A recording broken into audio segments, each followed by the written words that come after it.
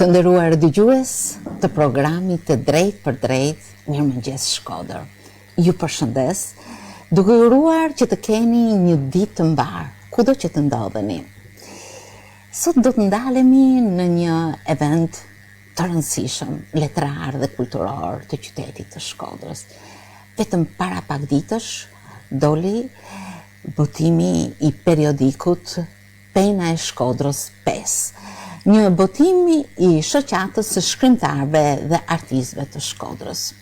Natyrisht të ndalesh në faqet e këtij botimi është të përshkosh rrugën një vjeçare të krijuesve të Shkodrës, por jo vetëm. Një botim 400 faqesh që gëlon me emocione, përshkrime, sinteza, analiza, tregime, poezi, edhe që paraqet emra dhe firma të reja dhe të njohura. Me mua, në këtë studio, është shkrimtari dhe kritiku letrar, kryetari shoqatës shkrimtarëve dhe artistëve të Shkodrës, njëkohësisht redaktor i këtij botimi, zoti Zia Vuka. Përshëndetje profesor, mirë se keni ardhur në studio. Përshëndetje, mirë se u gjej, faleminderit për ftesën. Ju falenderoj që keni ardhur, por njëkohësisht dhe për gëzime për nxjerrjen e këtij botimi periodik që pavarësisht kohëve që kalojmë, nuk rreshti, por përkundrazi u botua dhe mendoj që patjetër që ka treguesit e tij cilësor, apo jo? Po, mendoj që ka tregues cilësor, cilësinë ja japin emrat e autorëve të këtyre artistëve të artit të fjalës, të cilët kanë rrezatim jo vetëm në qytetin e Shkodrës, por kanë rrezatim kombëtar e magjer, shumë prej tyre, dhe me këtë rast pra gjej mundësinë edhe të falenderoj të gjithë së bashku për bashkëpunimin me Penën e Shkodrës, pra me këtë po them revistë letrare, pra me këtë libër voluminöz tashmë prej 400 faqesh, siç e thatë edhe ju. Është një event kulturor, por që natyrisht po imponohet.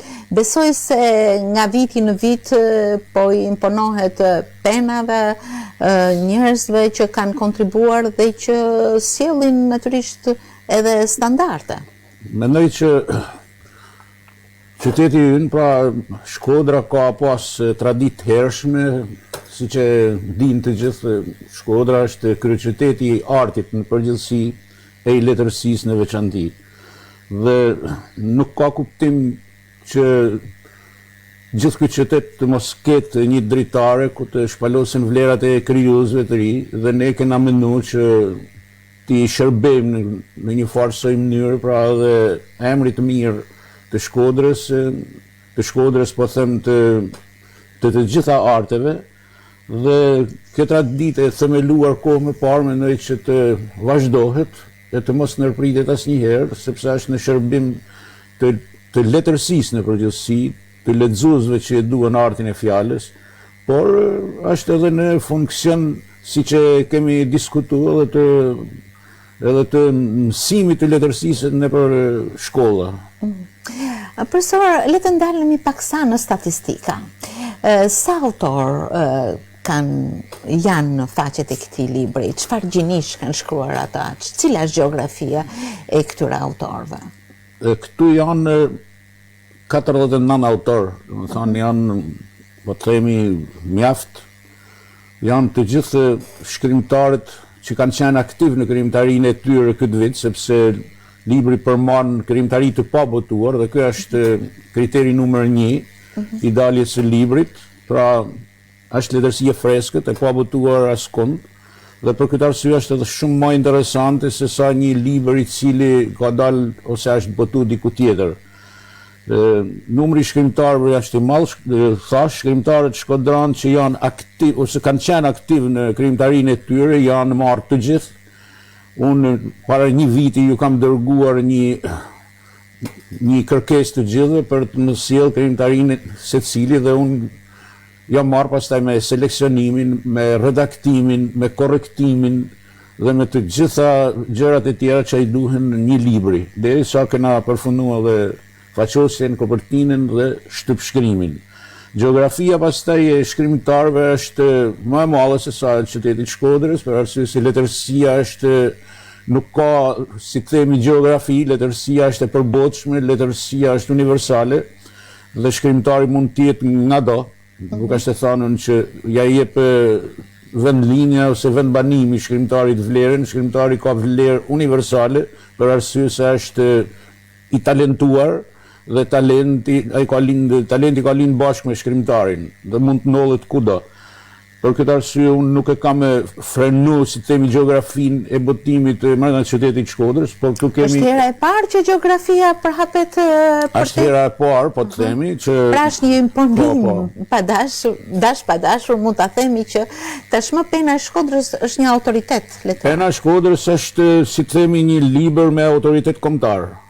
Dhe po ta shikojmë, këtu kemi autor me emër Mojkom Zeqo, për shembull, nuk është shkodran, por unë e kam pas, ne e kemi mik të gjithë në Shkodër, e kemi pas një mik të çmuar dhe ai ka ardhur për çdo event në Shkodër, madje ka ardhur edhe për ngjarje familjare, jo më për evente të tjera, dhe unë 2 javë para vdekjes ai më ka nisë një pjesë nga krijimtaria e tij dhe e kam marrë. Gjithashtu kam shkrimtar si Besnik Mustafaj, i cili është një emër tashmë tepër i konsoliduar në letërsinë tonë, e me gjerë, është i përkthyer dhe i botuar gjithandej, dhe është një shkrimtar vërteti, një shkrimtar i rangut të lartë. Kam pastaj edhe shkrimtarin Zia Çela, është shkodran, por nuk jeton në Shkodër, siç është Shpëtim Kelmeni që është shkodran puro, por jeton në Tiranë dhe është, pra nuk janë me banim në Shkodër. Por kam gjithashtu shkrimtarë që janë në diasporë, kam Kolet Strabojinin, mes Tiranës dhe Amerikës. Mes Tiranës dhe Amerikës, një poet i vërtetë. Kam 2 djemë që nuk janë shkodran, por i kemi pas student dhe shkruajnë shumë mirë. Njëri është nga Dibra, tjetri nga Librazhi, njëri Vin Nezha dhe Alban Tufa nga Peshkopia. Ata janë të mrekullueshëm, unë kam një veprimtarinë e tyre nga larg dhe në një festival po them letrare që mund të jetë bakun, dhe kam edhe letërkëmbimet vazhdueshme dhe ata mund nisin shpeshherë gjana që i shkruajnë dhe unë e kam bërë për me ju kriju hapësirën këtyre djemve të rinj që janë të mrekullueshëm, pavarësisht se nuk janë shkodran, le të shërbej Pena e Shkodrës me bujarin që e karakterizon vetë Shkodrën për të amplifikuar figurat më të mira të letërsisë shqiptare. Dhe nuk po rri me numëru të gjithë... Çfarë gjinish gjejmë përgjithsisht? Është desha me përmend edhe një tjetër, Edmond Shallvari, ai nuk jeton në Shkodër, ai është emigrant në Athinë, por ka jetuar në Korçë dhe thotë unë kam lind në Shkodër dhe kam kalu fëminin në Shkodër dhe ka dashur, është antarësu, madje ka paguar kotat e antarësimit rregullisht, dhe atëherë pse më jam mbyll ne dhe më thon Pena e Shkodrës është deri në Baqallak. Nuk shkon fare, është gjinit letrare, zhanret që janë këtu janë nga më të larmishmet, duke filluar me poezinë, me prozën e shkurtër, tregime, që madje nganjëherë nuk janë edhe fort të shkurtra, gati në njëri mund të marrin edhe formatin e një novele. Kemi studime letrare, kritik letrare ka aty, ka përkthime, konkretisht për shembull kemi përkthime nga Mustaf Tukaj, që është njihet si përkthyes dhe si dramaturg i afirmuar në qytetin e Shkodrës. Kemi poezi, mandej që ne kemi mjeshtrat e poezisë këtu, me Skënder Temalin, me Alfred Çapalikun, me Arben Pranin, kemi prozën e bukur të Ridvan Dibrës, e të Shpëtim Kelmenit, e tjerë, se s'po hy me i numëru të gjithë tani, se harroj Masanejo dhe Gjaj Belan me ata që më dëgjojnë. Nga një herë, kur ka shumë emra, duhet t'i kesh. Janë emra shumë dhe janë emra cilësor këtë radhë. Profesor, a ka qenë i vështirë nxjerrja e këtij botimi? Ju pak më herët tha që një vit më herët ju keni kontaktuar përgjithsisht me antarët e shoqatës suaj, por jo vetëm, për kriteret e sjelljes së materialeve dhe krimeve të tyre. Si ka qenë ky proces letrar deri në botimin e këtij periodiku të penës së Shkodrës? Në fakt, vështirësia në përzgjedhje ka ekzistuar gjithmonë, mirë po nga një herë njeriu nga mungesa, nga varfëria detyrohet me hangër gjithçka. Por këtë vit ne nuk e kena pas atë lloj varfërie dhe unë kam ndërhyrë 2 herë mas njoftimit që u kam bërë të gjithë anëtarëve të shoqatës dhe më gjerë, pra sepse njoftimi jam ka qenë edhe në faqen time të Facebookut, por edhe në faqen e shoqatës, pra që është faqja e internetit dhe Facebookut, dhe kush ka dashur me prunë, unë nuk ja kam dalë rrugën kërkuj, me kusht që të jenë cilësore gjanat. Dhe në fillim janë 2 mjaft pjesë të krijuesve të ndryshëm, të cilat më kanë lënë shije të keqe në të gjitha aspektet dhe pastaj kam bërë një njoftim tjetër. Jam lut që mos më bini gjithfarë gjanash, por shifni edhe herë, ktheni, ja u kam kthyr, shikoni, ndërhyni, duke fillu tek përmbajtja, brendia, mesazhet që përcjellin, emocionet, teknikat letrare, gjuha, deri te gjuha e herë, që është shpesh herë që na mundan shumë dhe me sa duket ka bërë efektin e vet dhe pastaj kanë ardhur krijime më cilësore se sa rritet e tjera. Por puna përzgjedh se secili ka qenë vështirë sepse në këtë aspekt kam qenë pothuajse i vetmuar. Nuk është ndaj heroizëm me thënë, por kështu më takoi sepse ishte edhe një vit me problemet që i dinë gjithë dhe unë kam punuar aty avash gati një vit më ka hangër për me i Atëherë unë kam përshtypjen dhe të drejtën të them se ju keni shërbyer si institucion në këtë rast. Vetë personi juaj. Jam detyruar, nga një herë nuk duhen përmend ato sakrificat që bëjmë, por deshta me ju thënë për kozgjatjen e librit dhe për ato ato peripecitë dhe mundimet e veta një gjëra të tillë. Profesor, në ndryshim nga herët e tjera, të paktën në vështrimin tim, kur tek pena e Shkodrës janë mbledhur të gjithë ata që kanë sjell, në këtë vit ka qenë një vizë e kuqe. Gjë që ndoshta do ta them edhe pak më vonë sepse më kam gërmuar paksa ka sjell një produkt tjetër. Po, është e vërtet dhe cilësinë, siç thashë dhe them përsëri, ja japin emrat këtij libri. Ajo që kam bërë nuk çon pesh, është gjë shumë e vogël, por vlerën e madhe e sjellin artistët që kanë sjell krijimet e tyre. Fryma e tyre është gjallën në këtë libër, është një gjë shumë e mirë. Është e mirë sepse e kanë bërë të mirë këta krijues. Unë vetëm sa i kam mbledhur dhe i kam vendosur në libër. Puna e tyre është gjithë ajo vlera që ka libri. Profesor, ju përmendet pak më herët disa nga emrat të njohur të letërsisë, gjë që ngrejnë këtë botim, por edhe cilësinë e një krijimtarie, një vjeçare në një stat të vlerësuar. Po emrat rinj, kanë këtë botim? Ka emrat të rinj, ishin ata që përmenda, na poet nga Shkodra, Ariola Zadrima për shembull, që ka sjell krijimtarinë e saj, është një poete që tashmë ka përviju një profil mjaft të spikatur, por që ka përpara, nga që është e ka përpara një të ardhme shumë të mirë në poezi. Kemi poetën tjetër, Edlira Lukaçaj, një vajzë që shkruan poezi me një frymë mistike. Aja është shumë interesante edhe në formimin e vet kulturor, pra ka një bagazh kulturor shumë eklektik, shumë të pasur dhe poezit i ka shumë interesante. Kemi David Bosetën, që është tashmë ja firmum, është poet i vërtet, po këtë rrallë ka sjell një tregim, edhe tregimi është mjaft i interesant. Kemi Edison Maçin, që kam botu prej tij 2 tregime, ai jeton në Tiranë, është i ri, por tregimet i ka shumë bukura dhe është shumë, po them, nazeli, është shumë skimatar në përzgjedhjen e temave dhe në përdorimin e gjuhës dhe të gjitha gjanave, mu më pëlqen shumë. Këtë rallë kam sjell edhe disa tjerë, Zafa Shpuza, Ledri Kurti që janë të afirmuara, të dyja janë poete,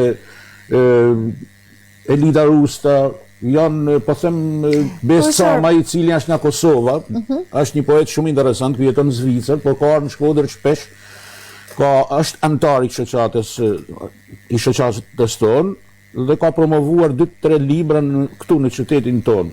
Pra janë miq të Shkodrës. Senada Demushi gjithashtu është një mësuese gjuhë, letërsi, edhe kjo pra është po them nër të rit, me qëra fjala e trive. Ju përmendet një brez të ri, po ndonjë që ka për herë të parë shkruan në këtë botim? Kam disa. Kam për shembull një mësues që tash është në pension, Broz Simoni, ka sjell një tregim. Kam edhe Koleci Strabonini, edhe duke qenë poet shumë i afirmuar, edhe duke qenë shkodran dhe është e para herë që botohet këtu, sepse ndoshta ka qenë edhe në lëvizje dhe ka qenë mungesë kontaktit me te. Edhe ai më falenderoj. Kam Gjevdet Landa. Gjevdet Landa është shumë interesant si poet, është nga ana e Malit, mësues. Unë kam njoftë në Dugaxhin, këtë kena punu dikur në Dugaxhin, por është një poet i vërtet, i heshtun, një natyrë e heshtun, ta manë si që janë njerëzit e fisëm, por që poezit i shkruan shumë bukur, dhe kam marrë një tjetër, Andrea Zalli, Nrek Zalli, ky është nga Bushati ose Barbullushi, por unë e kam njoftë këtë nëpërmjet Maikom Zeqës, që më thotë Maikom është tip shumë interesant dhe shkruan shumë bukur, dhe atë e kam fut këtu. Namik Dokle, ka një tregim të mrekullueshëm, Namiku është shkrimtar Racet, është shkrimtar mjaft i mirë, ka shkruar edhe drama, ka përkthyr nga, domethënë edhe poezi, bile ka pas përkthyr disa nga frangjigjtja të bukura, është romancier, tregimtar, por ka një tregim shumë të bukur. Kam prit që nuk mi sollen me premtun, nuk mi sollen prej Zogaj, nuk e di se si që puna bile vetaj më ka shkruar, më ka thënë do të sjellë diçka. Edhe prej Zogaj, edhe Lazar Stani nuk më kanë sjell, nuk e di se ka ndolla kanë kënë lëvizje më duket, ose nuk e di se çka kanë, por që ata kanë dashur. Dhe jam i bindur që në numrin e ardhshëm do t'i kemi edhe ata në këtë antologji. Me sa po shoh pena e Shkodrës rreket dhe po realizon të rock në krahët e saj pena të njohura, cilësore, standarde letrare. Megjithatë, po t'i drejtohemi kësaj kriptarie. E shkruar pothuaj përgjatë një viti pandemik. Po. Nuk e di se si, edhe për nga tematika, por edhe nga cilësia, cilat janë karakteristikat letrare të këtij botimi, që vjen re dhe që dallojnë, që diku bulojnë, diku ravizohen të forta, diku japin mesazhe. Kjo antologji, për mendimin tim, pikën më të fortë kësaj rralle e ka tek proza e shkurtër. Ka tregime, pak me thonë, antologjike vërtet, se kur një gjë është shumë e mirë, ne i themi antologjike, se antologjia presupozon përzgjedhjen e gjërave më të mira. Pikrisht edhe këtu, unë i kam ftuar autor që të sjellin gjërat më të mira, dhe jam i bindur që gjërat më të mira të këtij viti kanë sjellë. E po të them që proza e shkurtër, tregimi pra, për shembull një tregim i Arben Prandit, është shefi i departamentit të letërsisë në Universitetin e Shkodrës, është edhe poet i madh, i mirë, por është edhe tregimtar mjaft i mirë. Kemi ato thash tregimet e Shpëtim Kelmenit si gjithmonë janë të mira. Është një prozë Ridvan Dibrës brillante krejt. Ridvani tashmë i kalon për masat kombëtare. Ridvan Dibra i kalon për masat kombëtare. Ridvan Dibra është poet evropian. Edhe është shkrimtar evropian. Nuk diskutohet, ai nuk ka gjeografi. Është i shkëlqyer. Kemi 2 tregime nga Edison Maçaj, si u thash, janë shumë bukur. Është një tregim i mrekullueshëm Unaza i këtij Ervin Nezha që përmenda unë nga librazhi. Ka Erion Temali, shkrimtar shkodran. Erioni është, do me thonë tashma është afirmuar me me prozën e shkurtër, ka një tregim shumë të bukur, edhe gjithashtu Davidi e tjerë. Merita Bërdica. Merita Bërdica ka prozë dhe ka poezi, dhe i ka të shkruara bukur.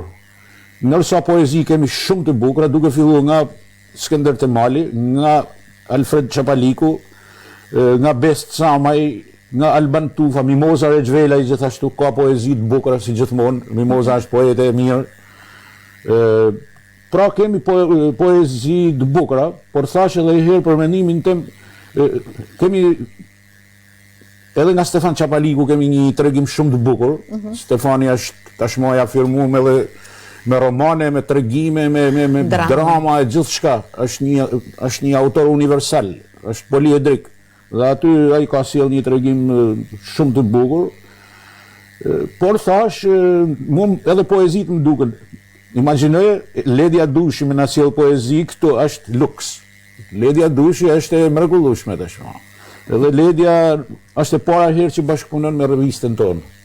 Unë i falenderoj të gjithë këta se ata për i parë kishin mujt me më thonë nuk kena mundësi, sepse ju... Unë mendoj që por është këta mu ma kanë rritë vlerën e librit, madje më kanë dhënë shumë vlerë edhe mua si person, sepse shumë kush më ka thënë sa mirë, dhe me thënë kanë pranu me bashkëpunu me ty gjithë këta njerëz, por unë nihem shumë i lumtur dhe bashkëpunim, do me thënë, nihem shumë i respektuar nga bashkëpunimi me gjithë këta figurat mrekullueshme. Dëshiroj të ndalem në një pikë që është e rëndësishme, besoj, sepse letërsia e përçon më së miri atë gjuha. Gjuha e shkruar. Gjuha që përcillet në formën e një krijimi letrar. Në radhë parë një pyetje po dhe jo, në çfarë gjuhë është shkruar, në standard letrar apo në Unë kam thënë edhe tek kam bërë një hyrje të vogël sa për lezuesin, pak rreshta kam shkruar aty. 90% e librit është shkruar në standard. Por ka edhe të shkruar në gegnisht. Disa kush ka dashur ka shkruar në gegnisht dhe gegnishtja këtë radhë është përdorur me elegancë, me mas. Nganjëherë kam ndërhyrë edhe unë për me zbut se jo çdo gjë nga dashuria e madhe që kena për vendlinjen, jo çdo gjë që fluton hahet, si më thanë. Kështu që edhe gegnishtja ka ato gropat e veta të cilat kur janë gropa nuk janë spikama, po janë gropa dhe asgjë më tepër dhe nuk meritojnë me u ngrit në piedestal kur nuk janë. Por ka edhe shkrimtarë që e përdorin vazhdimisht gegnishtën, për shembull Shpëtim Kelmeni e përdor në mënyrë kryevepër gegnishtën. Ledia ka një gegnishtet amel fort, po duke qenë edhe poete e madhe, është edhe i rrin fjala bukur, ka marrëdhënie të mira me fjalën dhe ajo gegnishtja e Ledias nuk mund zëvendësohet, as nuk mund përkthehet në standard kurrë, sepse humb vlerat. Dhe i bjen në te, pra shkrimtari që i bjen në te tamam fjalës, ka deri edhe, po them edhe folun në rang personal e kam rujt ka herat, e dialektin, si i thonë. Por shumica, 90% është e shkruar në standard. Nuk ju kam vu kriter gjuhën letrare asgjë, por me sa duket letërsia shqiptare e krijuar në standard është një vazhd e gjatë, është një eksperiencë e gjatë, ka qenë gjithmonë edhe presioni i shkollës, i formimit shkollor, i leximeve etj, dhe rezulton ma e preferuar se standardet. Në kena folë edhe herë tjera për standardin, për dialektin, desha të them. Kena folë për dialektin, këtë kanë kalu edhe popujt tjerë, për shembull ka kalu kultura italiane dikur, sidomos pas luftës dytë botërore, njerëzit filluan me shkruan për dialekt dhe ju dukte se çfarë po bajnë. Krijohet sensacion. Dhe kena rastin e shumë shkrimtarëve derisa u ngopen, u velen me dialekt dhe kuptuan që gjuha e përgjithshme ka mjete ma shumë se dialekti. Dhe filluan me ju kthy edhe herë gjuhës standarde. Mendoj se është paksa një diskutim për idhtarët e dialektit, të gegnishtës, të cilët në dashurinë e madhe e quajnë gjuhë më vete, gegnishtën, ndërkohë që të shkruash në cilën do formë është mendimi im, është mjeshtri, për të dhënë format më të drejta të fjalës. Shpeshherë më vjen keq kur shikoj edhe në rrjetet sociale fjalë të shkruara jo drejt, dhe për këtë letërsia ka një rol dhe rëndësi shumë të madhe, madje, apo jo? Unë mendoj që poezia mund të shkruhet në dialekt, edhe letërsia mund të shkruhet në dialekt. Kur autori është i sigurt që ka bën letërsi të vërtet edhe në dialekt, po të shkruash drejt, profesor, jo të ngatrosh qëhin me ç, qëhin me q, e tjerë, gërma që nuk po përmendim të gjithë. Fiks, dhëhin me ll e tjerë. Po. Dhe dialekti vetë nuk ka normativ, nuk është i standardizuar. Për shembull, e kena thënë 10 herë që gegnia ose veriu ka 10 variacione dialektesh. Ka gjuhë që është periferike e krejt, e flitet vetëm një 4 katune dhe kërkun tjetër. Gegnishte është aja. Mirë po, ajo është një gegnishte që se gjenë vedin kërkun. Një që shkrun të folën e Shkodrës, i hynë hak ati banorit Shlakut, ose të Malësis Male. I hynë hak, a i nuk e kupton këtë Shkodranin. Pra ne është kriju gjuha standarde për mu marrë veshtan. Dhe një mirëditor, për shembull, dhe ka shumë të vështirë me komuniku me një prej hotik. Në standard, se mu marrë veshmerën për bukuritë Zotit, por e kam fjallën që kanë shumë variacione, dhe pranej për këtë arsye, për këtë arsye ka linë nevoja e kojnes. Kojne i thonë, i kanë pasan kojne, dialektit atiks në greqinë e lash, se përdorin shpesh fjallën kojne dhe po a ditë se që është. Kojneja ka kënë e foluna e gadishurit e atiks në Greqi, është kriju për mu marrë vesh tanafiset greke me njeni tjetrin. Normalisht, është ba e detyrueshme, dhe për herë të parë edhe Bibla është shkruar në këtë kojne. Për herë të parë. Dhe për këtë arsye, qysh në Greqinë e lashtë është kuptu që është e nevojshme me pas një gjuhë të përbashkët komunikimi. Por me kanë ndaj gjeni, ka gjeni, që e shkruan në dialekt dhe ju pëlqen të gjithë, ai ka kriju vepër letrare dhe s'ka pse ta ketë problem apo i pëlqen as po i pëlqen kuj. Pse e ka shkruar në dialekt. Po ku me i gjetë këta se? Nas kena asnjë të tillë. Më vjen keq po me thanë, po nuk kena asnjë të tillë. Kush ka kënë kështu? Ka kënë vetëm Dante Alighieri. Në kohën e Dantes, deri në kohën e Dantes, gjithçka shkruan në latinisht. Dante ka marrë guximin dhe e ka shkruar në latinishtën vulgare, në dialektin e Toskanës. Pra dhe komedia hyjnore nuk është shkruar në latinisht, është shkruar për herë të parë në dialektin e Toskanës. Dhe ajo ka themeluar gjuhën letrare kombëtare italiane, sepse janë detyruar tanë me folë ashtu si ka folë Dante. Por nuk kena ndonjë të tillë. Ka një rëndësi shumë të madhe në këtë mes. Profesor, duke u nisur nga këta standarde që paraqet pikërisht ky botim, Pena e Shkodrës 5.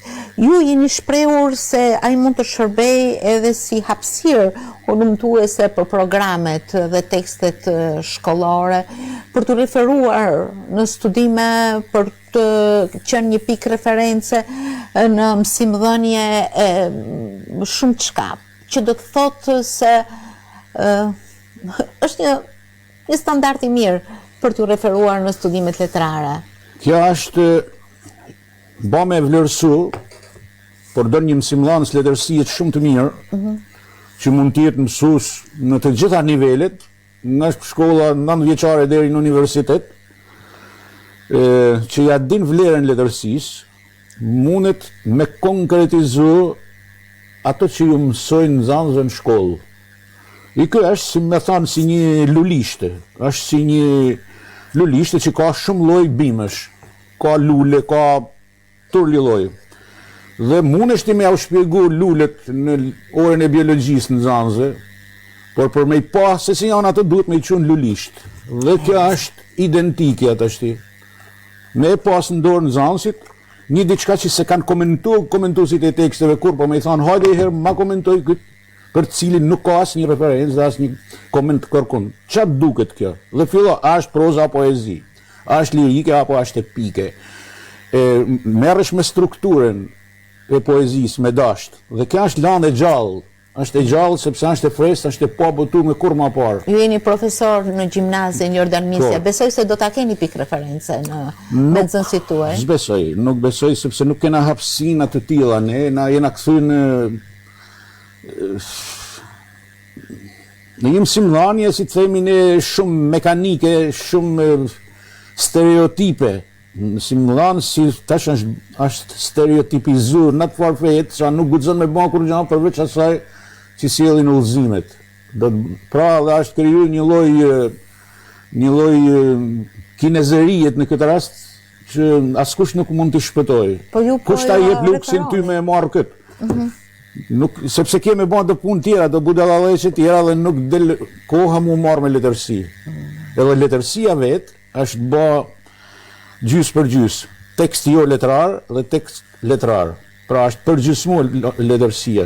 Aty ke tekst udhëzues, si përdoret kacavida, si përdoret lavatriçja, ke tekst si përdoret receta e gatimit, e tjerë. Ke se si bëhet një kërkesë, si bëhet një lutje. Shumë gjana rregulloria e shkollës, se tana këto janë teksti jo letrar, ose teksti përshkrues që jep informacion, si bëhet një referat e tjerë, por autor janë ma pak se çka kanë dikur. Tem e gjerë kjo. Ndërkohë le të sillemi përsëri penës së Shkodrës 5. Keni pasur vështirësi për ta botuar? Për me botu kena pas shumë vështirësi, nuk na ka dhënë dorën kërkush. Premtimet i kena pas gjithanej. Ne jena një popull i velur nga premtimet. Premtimet janë hipokrizia më e madhe që bëhet me këtë popull. Premtimi është gati merr formën e krimit. Premtimi është imoralitet.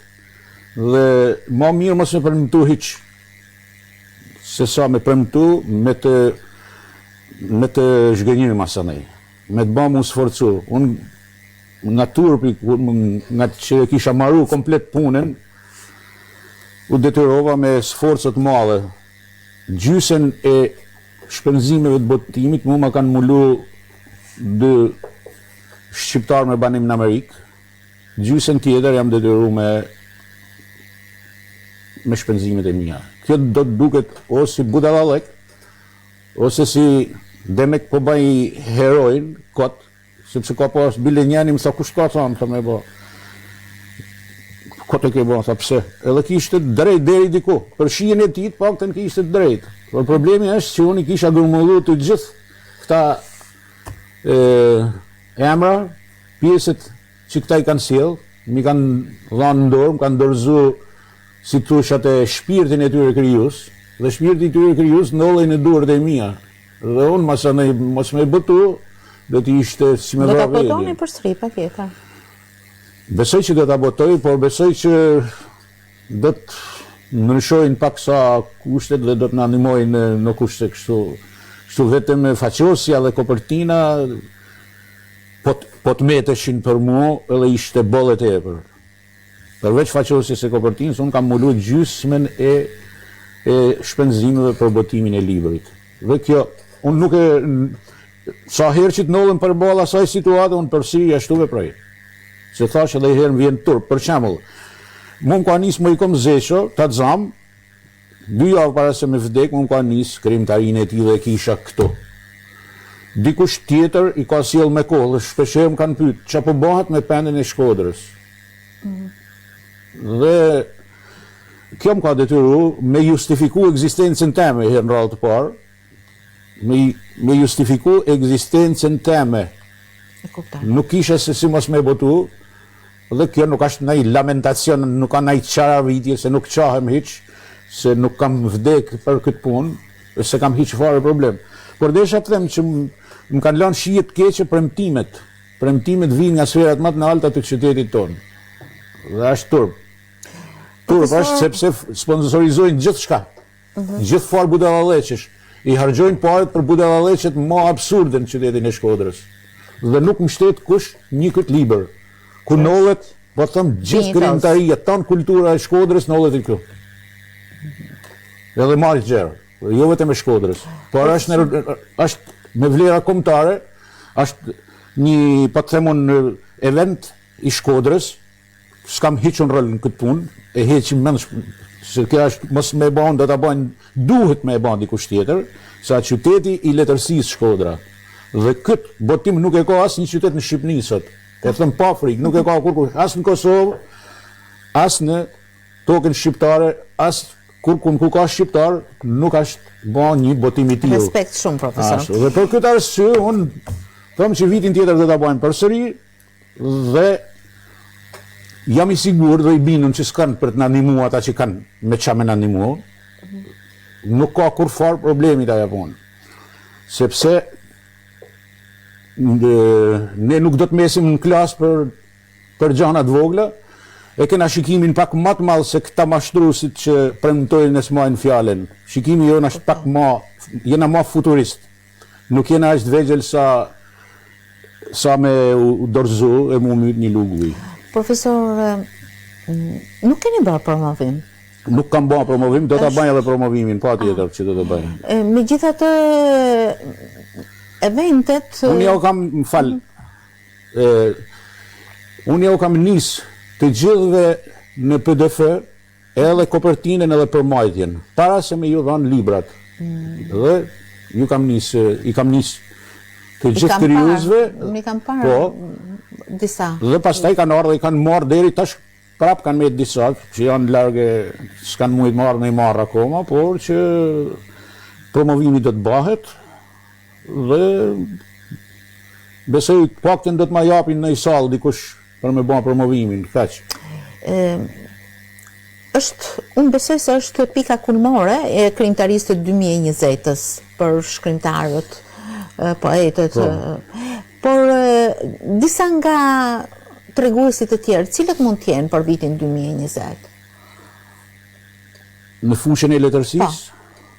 Po ka pas krijime ka pas në këtë vit, natyrisht janë botu vëllime poetike më pak faktikisht se herët e tjera. Ka pas një lloj krijimtariet, por jehona e krijimtarisë ka qenë e pamundur, sepse edhe vetë pandemia, domethënë krijoi kushte të pafavorshme, është gati absurde, duke i mua me shku në një promovim me maska, nuk e di se si duke, jeta do të vazhdojnë me maska e pa maska, por gjithsesi ishte pak e vështirë me u bë aktivitete. Dhe mu bë aktivitete për hiç gjë, se do njerëzit mu mbledh për qef me bë gallata, nuk më duket e arsyeshme. Po viti 2021 parashtron... Ne ecim me një lloj, më thoi, sa pa themun, me një lloj kalendarit, kalendar kulturor, si e kanë pasë ata italianët atë almanako di giorno dopo, si ishte aja që ishin ato figurat që kishin përvjetore, ka. Për shembull, po themun, është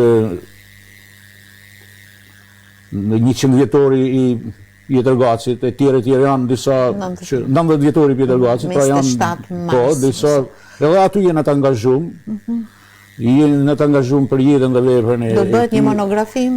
Do të bëhet një monografi, do të fillohet, por unë jam në një event që bëhet me 31 në Akademinë e Shkencave në Tiranë, ku do të referoj për jetën e Pjetërgacit, do të jenë disa kompozitorë dhe njerëz që merren me te Vasotoli e tjerë. Është organizuar nga Stefan Çapaliku, po ai është koordinatori i një projekti të Ministrisë Kulturës, ku ne do të bëjmë edhe këtë aktivitet. Është një ndërmendje pra për kompozitorin e madh Pjetërgaci, i cili deri tash nuk ka, për cilin nuk ka në një libër, nuk ka në një monografi, edhe bëmë hyme pa në Wikipedia, aty nuk ka as 5 fjali nuk janë për te. Kush do të ngrihet një grup puna, apo ka një autor të veçantë? Është një grup punët sepse figura libri që bëhet për këtë lloj rasti është kompleks. Ka aspektin tekstor që do të bëhet, por nga ana tjetër është studimi muzikologjik, i cili kërkon specialistët e fushës. Për shembull ne kena Zefçobën që është plus që është kompozitori më i mirë që kena na, dhe është një mrekulli. Është luks për qytetin tonë që kena një njerëz të tillë. Por është edhe përveç kompozitor dhe artist me o të madhe, është edhe muzikolog shumë i mirë, është i jashtëzakonshëm. Dhe të shohim, shpresojmë që do t'ja dalim. Profesor, unë e di që duam Shkodra bulon, mbin, lulëzon, rritet, bëhet një fidanishte e madhe që është ai qyteti, e thotë bukur dikush, ky qytet është zbraz nga banorët dhe është mush disa herë. Zbraz është mush dhe ka met gjithmonë i kthjellët si ata liçenta kullnajor që e kanë ujin kristal, ashtu ka met edhe Shkodra në disa aspekte, në aspektin e krijuesve, të artistëve, të humorit, të shumë gjanave dhe pikërisht për ky është motivi kryesor dhe masa i mjaftueshëm që njerëzit me bën gjithkush aq sa mundet. Ne sot u ndalëm tek pena e Shkodrës 5. Ky botim prestigjos që përmbledh një krijimtari të mirë, emra, firma të mira letrare, por që natyrisht ecën me ditët, ecën me ritmin e ditëve, ne pam krijimtarin brenda një viti, po besoj se pikërisht ky vit do të sjellë të tjera tregues në ecurinë e shkrimtarëve dhe artistëve të Shkodrës. Profesor Zyja, ju falenderoj shumë që ishit në Mirëmëngjes Shkodër sot. Për të ndalur paksa në këtë truall që ushqehet dhe ushqen vazhdimisht. Ju falenderoj sërish, ju uroj suksese dhe juve krijimtari të mbar dhe punë të mbar, gjithmonë në përkujdesjen dhe lançimin e këtyre vlerave si kryetari i shoqatës së artistëve, por edhe vetë si krijues dhe kritik arti. Ju falenderoj. Ju falenderoj edhe unë për ftesën. Falenderit. Hape veten ti